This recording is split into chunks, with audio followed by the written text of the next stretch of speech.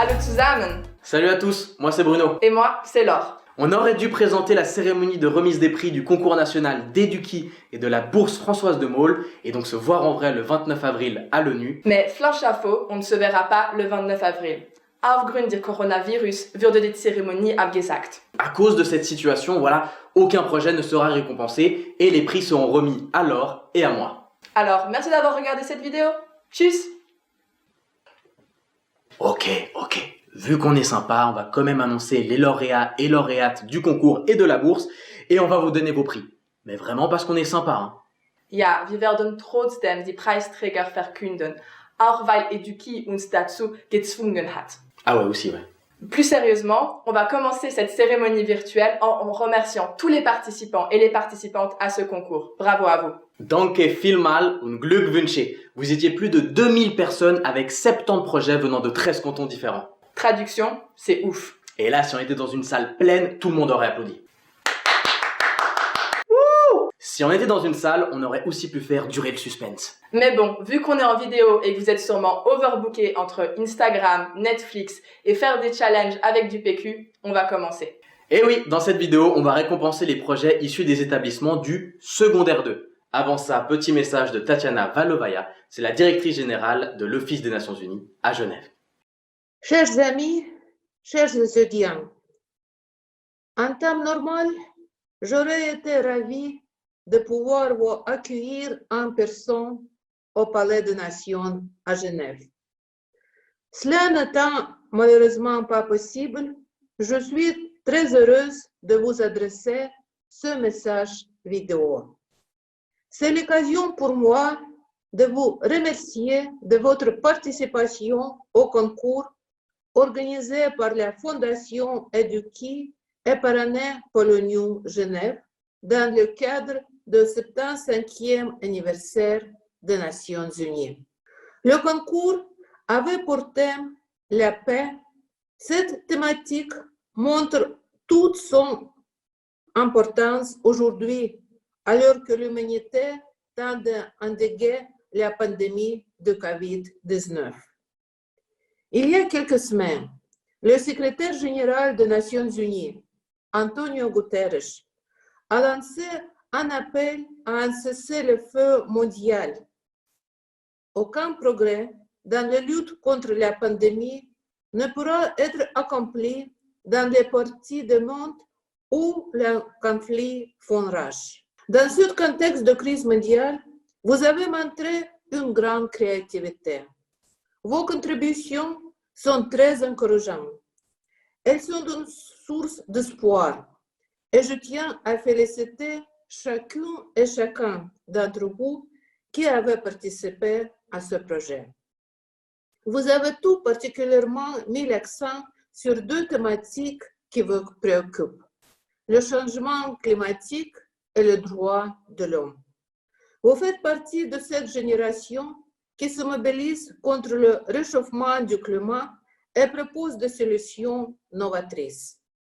Vos projets visent aussi à sensibiliser le monde sur le sort des personnes les plus vulnérables et les plus particulièrement les migrants pour ne laisser personne sur le bord du chemin. Je suis très impressionnée par votre manière d'aborder ce sujet complexe avec une grande ouverture d'esprit et une grande sensibilité. Vous, les jeunes et les enseignants, avez fait un travail formidable. Les Nations Unies et le monde doivent continuer à vous écouter. Comme vous le savez, à l'occasion du 75e anniversaire de l'ONU, le secrétaire général a lancé une grande discussion mondiale sur le rôle de la coopération internationale dans la construction de l'avenir que nous voulons. Je vous invite tous chaleureusement à y participer, notamment en remplissant les questionnaires disponibles via le hashtag UN75. D'avance, merci et continuez à travailler pour un monde plus juste, plus pacifique et plus durable. Merci. Place maintenant aux lauréats. Vous avez toutes et tous envie de savoir qui a été récompensé, donc on va pas attendre plus longtemps. Mais avant ça quand même, juste on voulait féliciter tous les participants et les participantes parce que vous soyez récompensés ou non, vous pouvez être très fiers de ce que vous avez fait. Le deuxième prix de la catégorie artistique de secondaire 2 a été donné au FO18 du canton de Genève pour leur projet Une table pour la paix.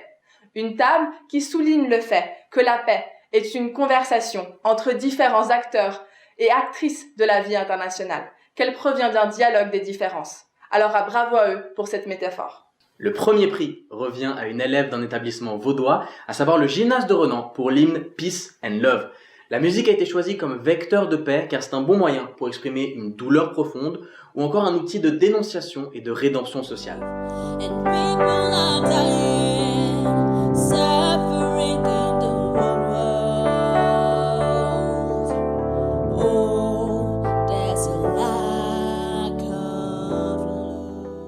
Pour la petite anecdote, l'idée d'une musique a été choisie après l'écoute de Why The King of Love is Dead, désolé de l'accent, mais c'est une musique de Nina Simone qui a été conçue juste après l'assassinat de Martin Luther King.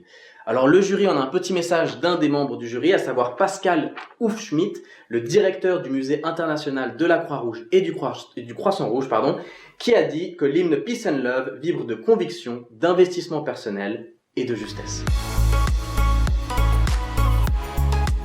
Le premier prix ex-aequo de la catégorie média a été donné à l'ECG Henri Dunant pour son projet Homo Detritus, un film de sensibilisation qui lie la thématique de la paix avec celle de la pollution et des déchets.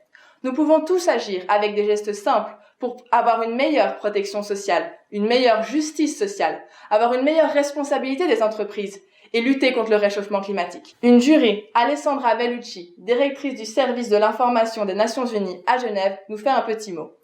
Homo Detritus, bien que plus éloigné du thème principal du concours, a aussi cette force expressive, se servant cette fois du contraste entre les personnages, minuscules devant les énormes déchets, qui indiquent bien comment la pollution a envahi notre monde. Les auteurs nous montrent de façon originale et expressive comment la paix ne peut être assurée sans le respect de l'environnement. Bravo à cette classe de l'ECG Henri Dunant. L'autre premier prix a été remporté par le Centre de formation professionnelle Art dans le canton de Genève pour leur projet Game vs Réalité. Là, tout est dans le titre. En gros, c'est un mini-film qui met en parallèle une jeune jouant à un jeu vidéo de guerre sur l'ordinateur avec un jeune vivant la triste réalité de la guerre. Les élèves ont donc mis en avant leur talent à dessiner, à filmer ou encore à jouer ces scènes de ce mini-film pour prouver que l'absence de paix est tout sauf un jeu.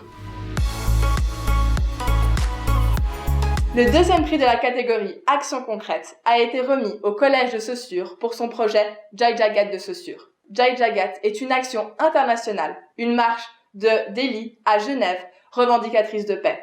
Comme le disait Gandhi, sois le changement que tu veux voir dans le monde. Et c'est justement ce changement que De Saussure a essayé de faire, en faisant une journée extrascolaire pour sensibiliser les jeunes à la globalisation, mais surtout à la paix internationale. Alors bravo à eux pour ce projet bien concret. Le premier prix revient à une classe d'un établissement genevois, à savoir le CEC Émilie-Gourde, pour leur projet A Serious Game. En fait, ils ont fait un escape game. Alors, petit update, un escape game, c'est quoi? C'est un jeu grandeur nature où le but est de sortir d'une pièce en résolvant des énigmes dans un temps donné. Alors oui, je sais, en ce moment, on a toutes et tous l'impression d'être dans un escape game géant, mais promis, ils ont eu l'idée avant le confinement. En fait, le but de ce jeu éducatif, c'est de se plonger au cœur d'un parcours migratoire et de se mettre à la place d'une personne contrainte à la migration, généralement à cause de l'absence de paix. Et ils ont même ajouté au scénario des témoignages réels de personnes qui ont migré. Alors on a un petit mot d'une des jurées, à savoir Célia Cépé, la secrétaire générale de l'IOXA, qui a dit que le jury a trouvé ce projet particulièrement complet, élaboré et innovant, puisqu'ils ont utilisé l'une des activités modernes les plus populaires du moment pour faire passer un message poignant de compréhension. Félicitations aux lauréats et lauréates. Le jury nous a dit que ce n'était pas facile de départager, alors bravo à vous. On aimerait féliciter toutes les personnes qui nous ont envoyé leurs projets. Que vous ayez gagné ou pas, continuez à œuvrer pour la paix. On vous laisse avec un petit mot de la présidente de la fondation Eduki, Madame Brunswick-Graf, et on vous dit à bientôt. Prenez soin de vous. Il me revient la responsabilité de conclure cette magnifique manifestation virtuelle. Je suis bien sûr désolée qu'on n'ait pas pu tous se retrouver dans la salle du Palais des Nations, mais c'est l'occasion pour moi en tout cas de vous remercier au nom de la Fondation Eduki. D'abord vous, les élèves et les enseignants, Sachez qu'il y a eu plus de 70 projets qui ont été déposés, 2215 participants, et vous avez tous agi pour la paix en fournissant de magnifiques prestations sous la forme de travaux, plein d'imagination, plein de créativité, plein de sens artistique pour certains, avec à chaque fois énormément de cœur et la volonté finalement de vous engager. Pour ça, soyez très grandement remerciés. Par ailleurs, puisqu'il s'agit de remercier, il y a d'autres gens à qui il faut dire quelque chose. Tout d'abord, la directrice générale de l'Office des Nations Unies, Madame Tatiana Valovaya, qui, avec ses équipes et avec le service d'information de l'ONU tout particulièrement, nous ont beaucoup aidés pour la mise en place de cette manifestation. Le département fédéral des affaires étrangères et la mission permanente de Suisse, qui sont nos partenaires habituels et sur lesquels nous pouvons compter année après année. Le département de l'instruction publique de Genève et toutes les écoles, qu'elles soient à Genève et en Suisse, et qui ont participé et se sont engagées. Sans elles, il n'y aurait pas de concours. La commission suisse de l'UNESCO, qui a contribué et aidé à financer l'organisation. La Fondation pour Genève et les amis de la Fondation pour Genève, qui, année après année, soutiennent Eduki et nous permettent de réaliser nos activités.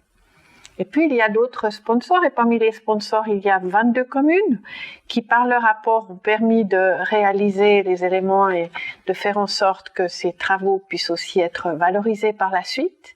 C'est très important pour nous.